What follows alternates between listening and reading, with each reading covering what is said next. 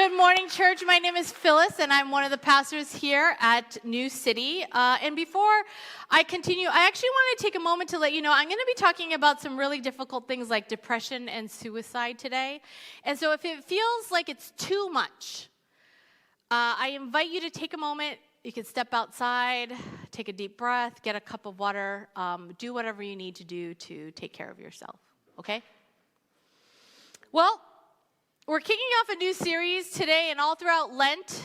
It's titled Lamentations, Finding Voice for Our Sorrow. So when I first started learning about God as a young child, I thought that if I obeyed God, all good things would come, and only good things. The picture of following Christ was only of joy and happiness, riches and wealth, and sunshine and daisies. And I grew up going to church with my parents.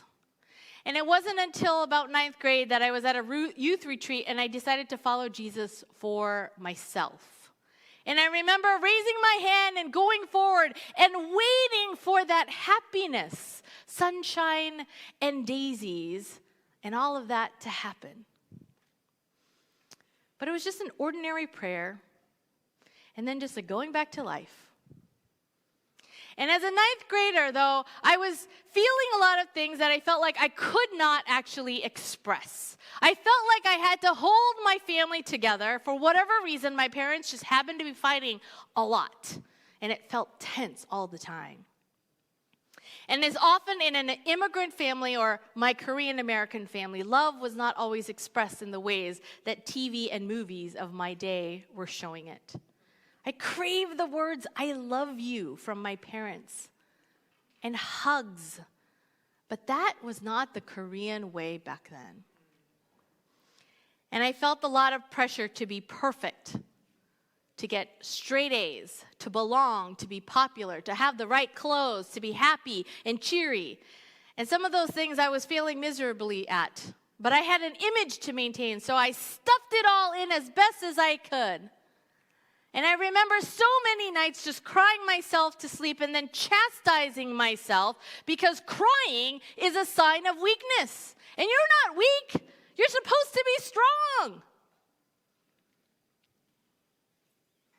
You see, I needed God big time. I needed God to come and fix it up so that I could be the perfect person, always joyful and loved. And I saw following Christ as a magic wand for life. And all the sadness would just disappear. But for me, that sadness, it just increased. And then it started to overtake me. I would get up, go to school, practice violin, go to tennis, and do all the other things that I was supposed to do. But I kept thinking to myself, if I died, no one would care. Actually, I think people would be better off. My family wouldn't be fighting so much. Or I would think, I'm just so tired. I just want to die. And one day, those thoughts, it turned into a plan. And that evening, I wrote my letter to my family and then got out the razor in preparation, and then I just started to talk to God. I asked God to take me now so that I wouldn't feel all this heaviness and pain. That my going away would somehow fix my family, and that I could finally breathe. The tears started flowing from my eyes in buckets. And then this crazy bright light just shone in my room. And I thought it was just moonlight, but it was an extremely bright, and it seemed to just be beaming into my room onto my face. And as I lifted my face to the light, I felt this urge to pray to God. And so I did. Holding the razor blade in my hand and the tears flowing, I kept praying. And I don't even remember what I was praying. And then suddenly, it was morning. So I carefully put away the razor blade, I folded up that letter into a box under my bed, and I got ready for school and went. Because that's what you do. And I remember spending the rest of the year talking with the school counselor here and there and somehow making it through high school. And it was also around the same time that I had my spiritual mentor, Sydney, come into my life to meet with me on a weekly basis until I graduated high school. And before I left home for school, I eventually threw away that letter and that razor blade. But I knew that deep down that my depression was still there. And somehow I needed help. The truth is that even as followers of Christ, life inevitably brings seasons of sorrow and loss. Grief in its many forms can leave us feeling broken, lost, and alone. But even in the darkest valleys of our souls, God is with us. And so we're starting this series to delve into the poignant and powerful book of Lamentations, which will teach us how lament is actually an important part of our spiritual formation and can bring about healing and hope. And I know you might not want to talk about feelings. You might not want to tap into the things because, I'm really good at avoidance too, and you just want to avoid that. But let's be courageous. Today's scripture passage comes from Lamentations 1:13-16, and I think it might be behind me. It says this: He has sent fire from heaven that burns in my bones. He has placed a trap in my path and turned me back. He has left me devastated, racked with sickness all day long. He wove my sins into ropes to hitch me to a yoke of captivity. The Lord sapped my strength and turned me over to my enemies. I am helpless in their hands. The Lord has treated my mighty men with contempt. At his command, a great army has come to crush my young warriors. The Lord has trampled his beloved city like grapes are trampled in a winepress. For all these things I weep. Tears flow down my cheeks. No one is here to comfort me. Any who might encourage me are far away. My children have no future, for the enemy has conquered us. This is the word of the Lord. Thanks be to God. That's what I used to say. And as we read this passage, some might think that this is a harsh way to talk to God. And it sounds a lot like blaming God for what has happened. And you see, I come from a tradition where you don't talk back to God in your prayers. You're supposed to just take it as it comes. But if you were a true follower of God, you wouldn't be going through difficult stuff, right? Wrong. That's just not true. Throughout the Bible, you see examples of our spiritual ancestors who encountered great suffering. Hagar, Hannah, Ruth, Esther, Mary, the woman at the well, and so on.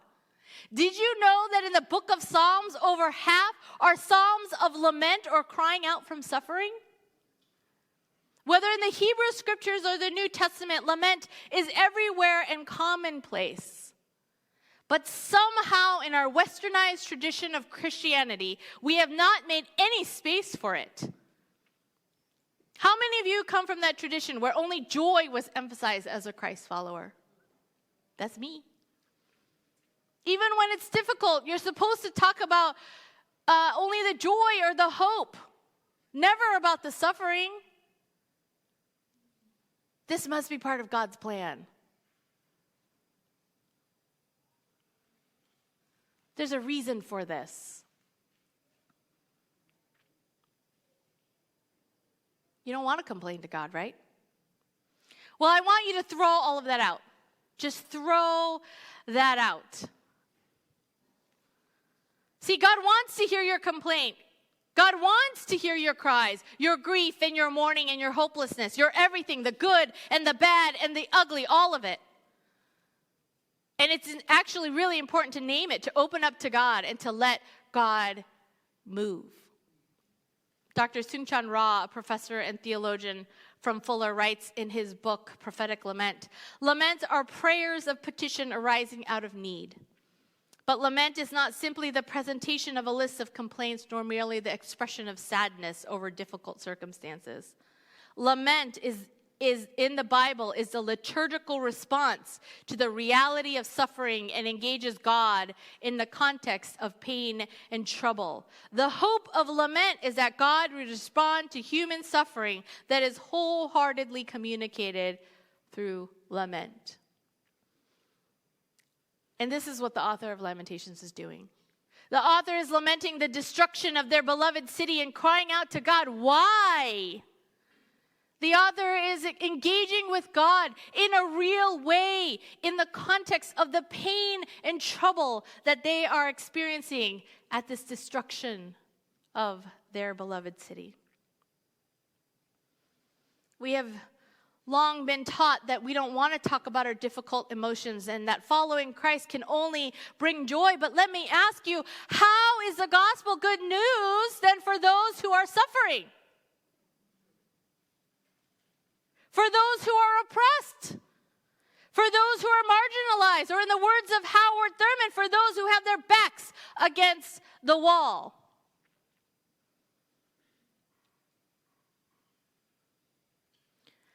The spiritual practice of lament is the people of God planting seeds of hope in the soil of pain, exasperation, despair, anger, disillusionment, sadness, disappointment, and grief, and then expecting God to come through in the end. Engaging in this spiritual practice, it brings intimacy with God, and it helps us to have hope in God. Cole Arthur Riley says in her book, This Here Flesh, lament itself is a form for hope. It's an innate awareness that what is should not be, as if something is written on our hearts that tells us exactly what we are meant for. And whenever confronted with something contrary to this, we experiencing a crumbling. And in the rubble, we say, God, you promised. And we ask, why? And our hope can only be as deep as our lament is, and our lament as deep as our hope.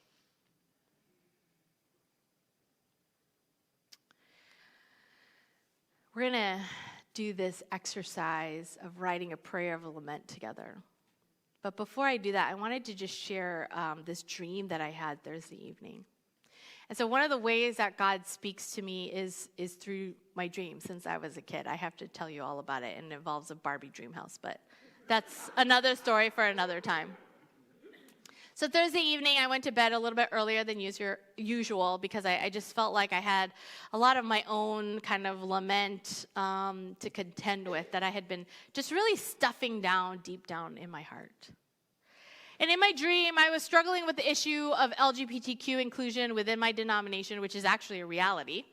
And all the pastors were gathered at this meeting, and I was speaking about why this was important and a justice issue, and that it goes along the same lines as racial and other social justice issues. And then in my dream, someone said to me, this is the problem with liberalism. And that was just a trigger in my brain, in my dream. And so I fired back. This has nothing to do with being a progressive, liberal, or conservative, but with how we love and care for each other and the biblical mandate to love each other as Christ has loved us. But you see, the words in my dream that were being said were not actually really that important, because I started to look around the room and started to think to myself, where are all my friends who said that they would be standing with me on this? And why is no one saying anything to support what I just said? And as my dream continued, more words were said, but I don't really recall them because I started weeping. And then I suddenly see my friends. And as I'm weeping, I ask, where were you? I really needed my friends. And my friend turned to me and said, oh, Phyllis, I am your friend, but not your friend in this. And this is the point in my dream where I woke up because I was actually weeping. Like tears were streaming down my face. And my breath was uneven. It's like a disturbing way to wake up. And I ran to the bathroom to wash my face and to try to take some deep breaths. And I pondered this with God as I splashed water and realized that God was trying to and had been trying to tell me for so long, girl, you need to lament and cry and mourn. Let out that grief. I don't know why you're holding it in. Name it. You are afraid you're going to lose all your friends and that this is going to cost you a lot. I know it. I died on the cross and gave up my life for you and for everyone in this world. I get it. It wasn't easy. So let's cry together. Let's scream and shout and be sad and bring it to me. I can handle it. And in turn, this is the message I want you to hear from God for you.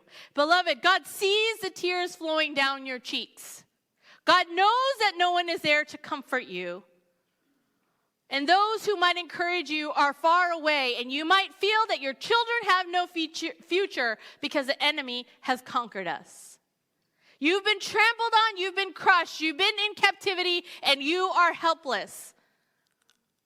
And God knows that and sees that. God sits with you in that. But you have to let God know. Speak it out and let God know. Don't hide it away or stuff it deep inside. Let it out to God. God's been waiting, and God's already holding you with open arms. And here's the other thing. See, that God has given us this community to lament together. You see, lament is not just an individual thing, but actually a communal thing. Theologian Bonhoeffer writes that in Christian community, everything depends upon whether each individual is an indispensable link in a chain. And so if one part is mourning, as it says in 1 Corinthians, all the parts are mourning. And lament also needs to happen in community. It is an act of solidarity. It is yet another aspect of what binds us together. And as Bell Hooks has written, rarely, if ever, are any of us healed in isolation. Healing is an act of communion. You see, we are each other's reminder of the hope that we have in God. And when we don't have that hope, we rely on the hope of others to get us through that lament. So I want to do this exercise together. I don't know how this is going to work, because it involves your participation. But I have my markers. We're going to write a prayer of lament together. And here's the rough pattern, which I believe there's a slide for this. We're going to follow address the Lord, then share our complaints and express our emotions, ask for the Lord's help, express our trust in hope in the Lord, and then we're going to vow to continue to praise the Lord. And so I've written out the beginning part of our prayer, but what we're going to do is we're going to together fill in our complaints and our emotions together. And so one at a time, I invite you to say it out loud enough so that I can hear, and one at a time. Don't talk over each other. So this is how our prayer is going to start. God of the city, we come to you because we know you are faithful, good, kind, gentle, and that your mercies are new every morning. We come to you because. Tell me, what are you lamenting? Tell me, what are you feeling? Tell me, what are you so disappointed? What are you weeping? What are you afraid of? What is that complaint that you have been stuffing inside that you want to just say to God? It can be things about this church. It can be things about your own personal life. It can be things, this world, whatever you want it to be. But you got to participate. We got to say this together. So let's hear it. Depression. Thank you. Going astray.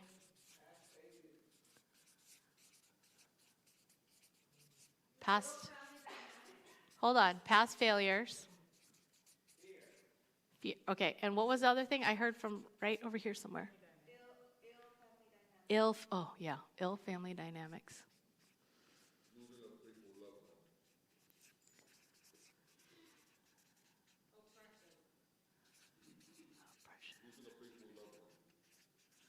Losing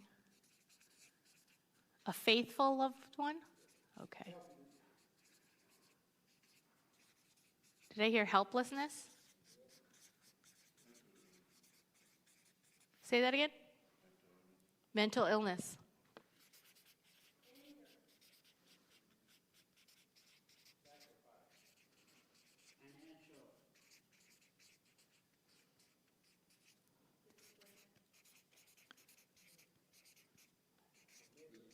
Hold on.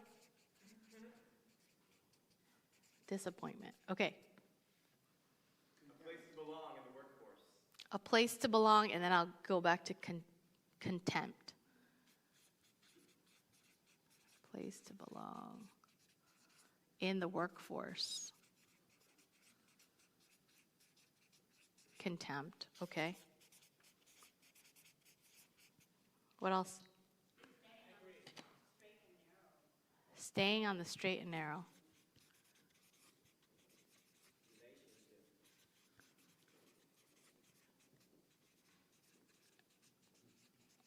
Relationships.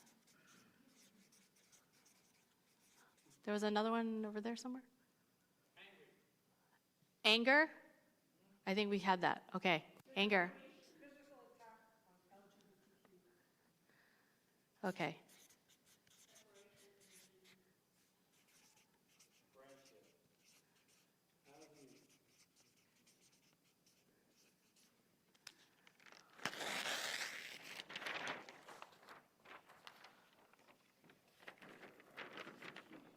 Housing? Sorry, say that again?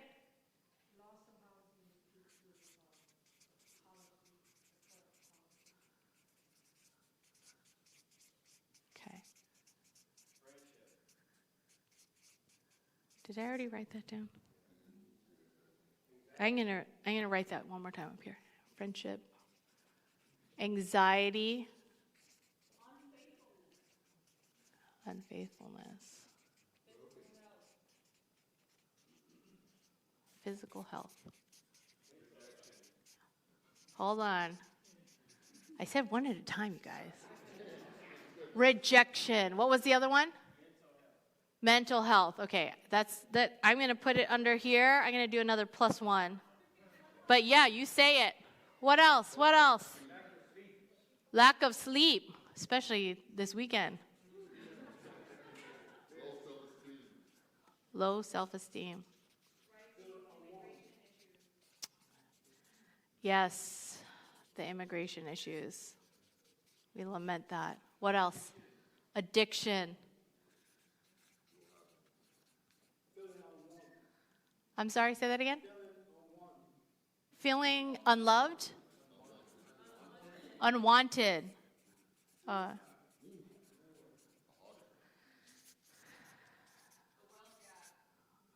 Yeah, wealth gap. We're going to lament our lack of prayer. Yes. Hold on. Palestine, thank you. Oops. Hold on. Hold on. Over here. Black. Black with family? Lack. Guys, I just want you to know I am old and my hearing is not good.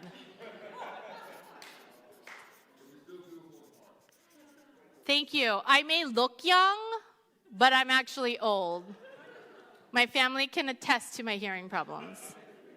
Lack of family. Anything else? What? Ugh. Tell me about it.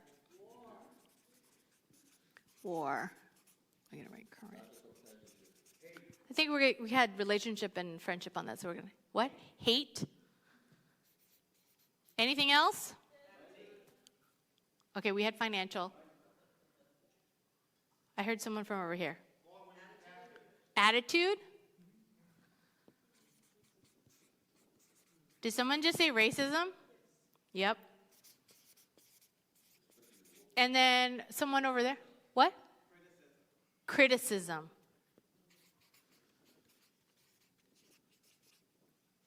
Do we need to do another page? Are we good? Yo, I mean it. I mean it. Let it out. Yes.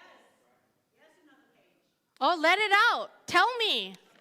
What do you need to say to God? You let it out. We do this together.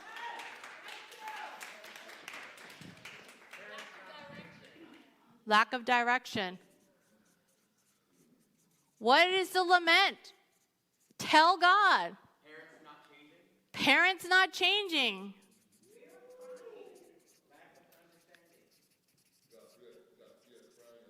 Fear of crying. Thank you. Dismissiveness.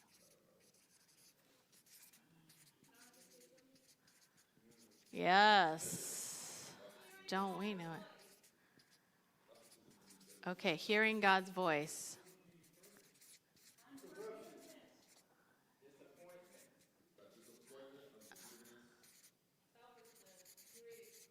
All right, you guys have to slow down.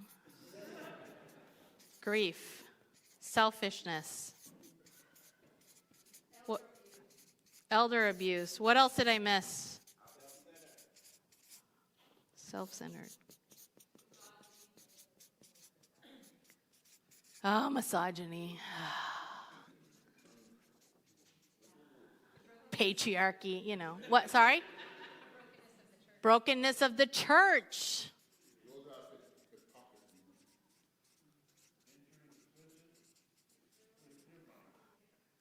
Entering what? Entering with a clear mind? Say that again. Prison? The present. Like God's presence or just the present? Okay.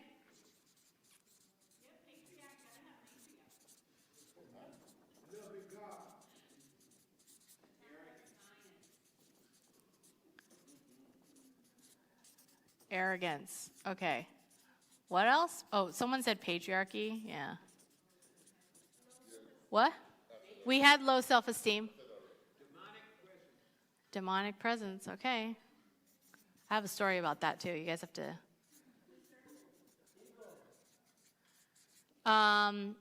Evil and discernment. Okay. Not knowing how to change things.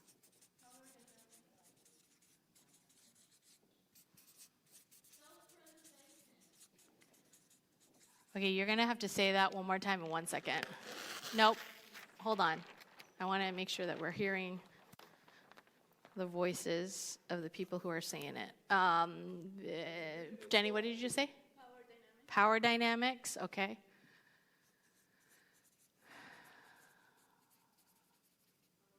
Self-preservation.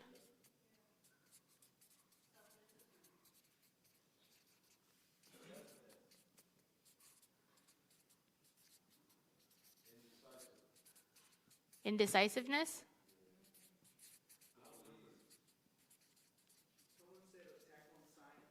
Attack on science. Yeah, what's that about? Dinosaurs are real. Ego. Division from Zoom? Oh, okay. Division in the country. Sorry. Thank you, whoever that was on Zoom. Thank you for participating. I appreciate that. That's why I was like, wait, Zoom? I mean, do you want me to talk to the CEO of Zoom? I can. I can reach out to them and be like, yo, you're dividing the country. It's not good. You got to shut this thing down. Climate change, okay? All right. Another Zoom one? What is it? Oh. Yeah.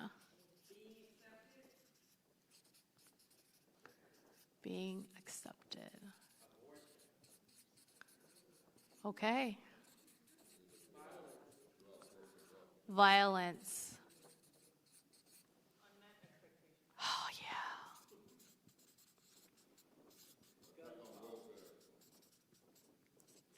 Okay, I want to hear from people that I haven't heard. You're doing great, Freddie, but I need to hear from other people. Like maybe this side. This side has been really quiet. What did you guys say? More women pastors. You're lamenting more women pastors? Whatever.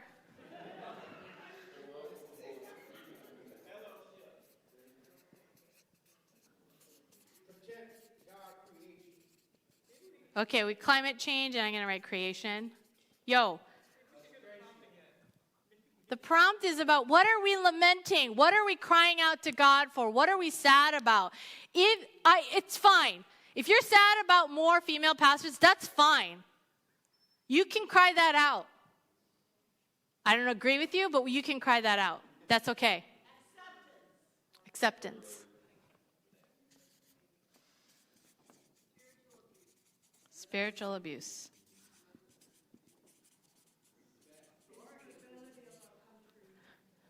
Instability of country.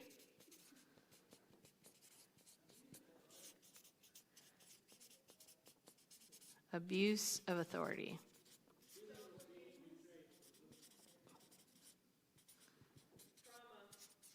Self-forgiveness. Dieting. Trauma.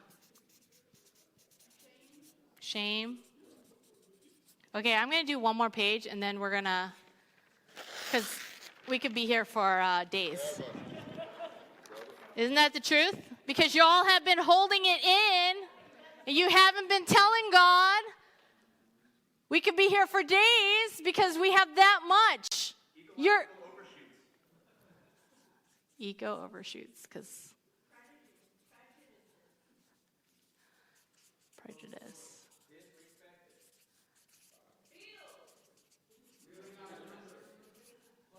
Wait, what? There's something else here that I heard. Closed doors.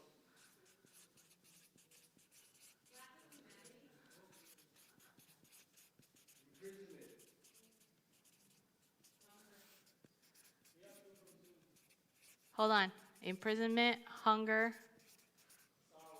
sorrow. Yep. What else? Oh, feeling of being betrayed. Yep. Yep, human trafficking.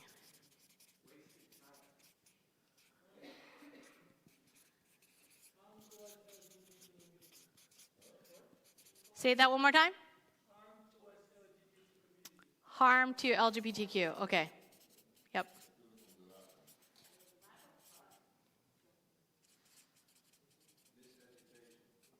Lack of trust.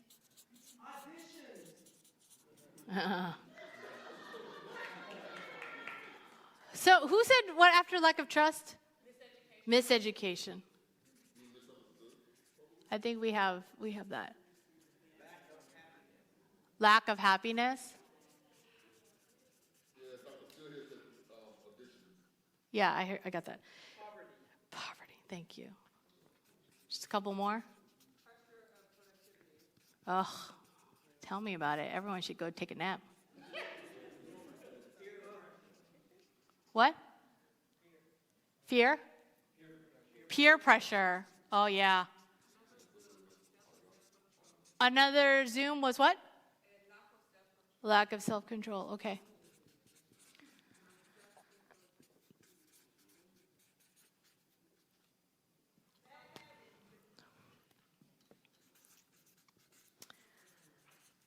Okay, I'm going to take 3 more things. We already had self-esteem. Lack of women in leadership. Thank you. Lack of women in leadership. Lack of good paying jobs. Did you say lack of good paying jobs? Yes, lack of good paying jobs. Yep. Big wage jobs. Lack of faith in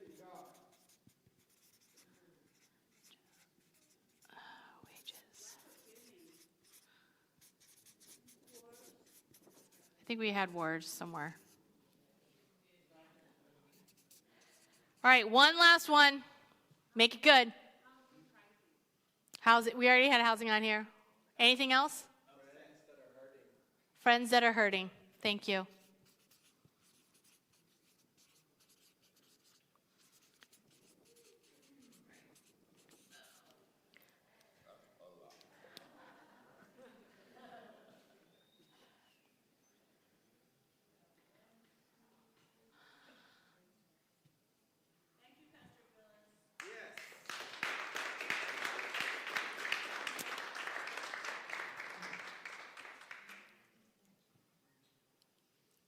You know, you're welcome, and thank you for saying that. The reason why I wanted to start this series on Lamentations and kick this off is because the feeling that I got when I came to church before I got started, and as I started talking with people, as I met with each of you, as I met with the elders, as I met with the staff,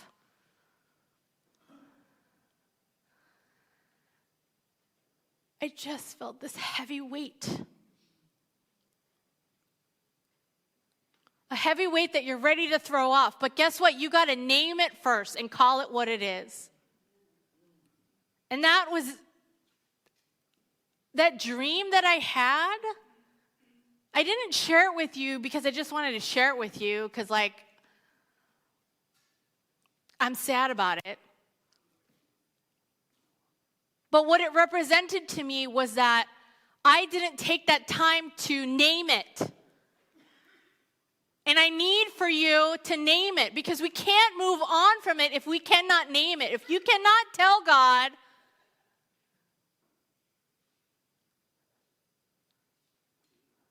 the God who sees everything, who already knows everything, you can't move on from it.